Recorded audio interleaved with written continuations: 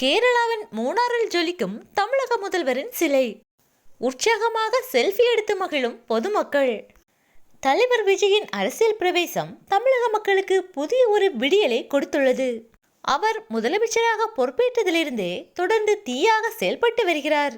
அவர் மட்டுமில்லாமல் போலீஸ் அதிகாரிகள், அரசு அதிகாரிகள் என அனைவரையுமே உற்சாகத்துடனும் பொறுப்புடனும் வேலை செய்ய ஊக்குவித்து வருகிறார். தலைவர் விஜய்க்கு தமிழ்நாட்டை போலவே கேரளாவிலும் மாபெரும் ரசிகர் பட்டாளம் உள்ளது அனைவருக்கும் தெரிந்ததே.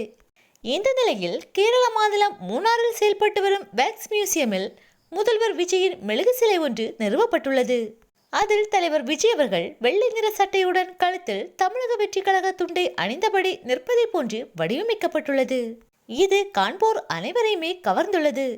பொதுமக்கள் உற்சாகமாக அந்த மெழுகு சிலையை கண்டு களிப்பதுடன் செல்ஃபி எடுத்தும் ரீல் செய்தும் மகிழ்ந்து வருகின்றனர். இதனை வடிவமைத்த கேரளாவை சேர்ந்த ஹரிக்குமார் என்பவருக்கு எங்கள் தலைவர் தமிழக முதல்வர் விஜயின் தொண்டர்கள் சார்பாக நன்றியை தெரிவித்துக் கொள்கிறோம்.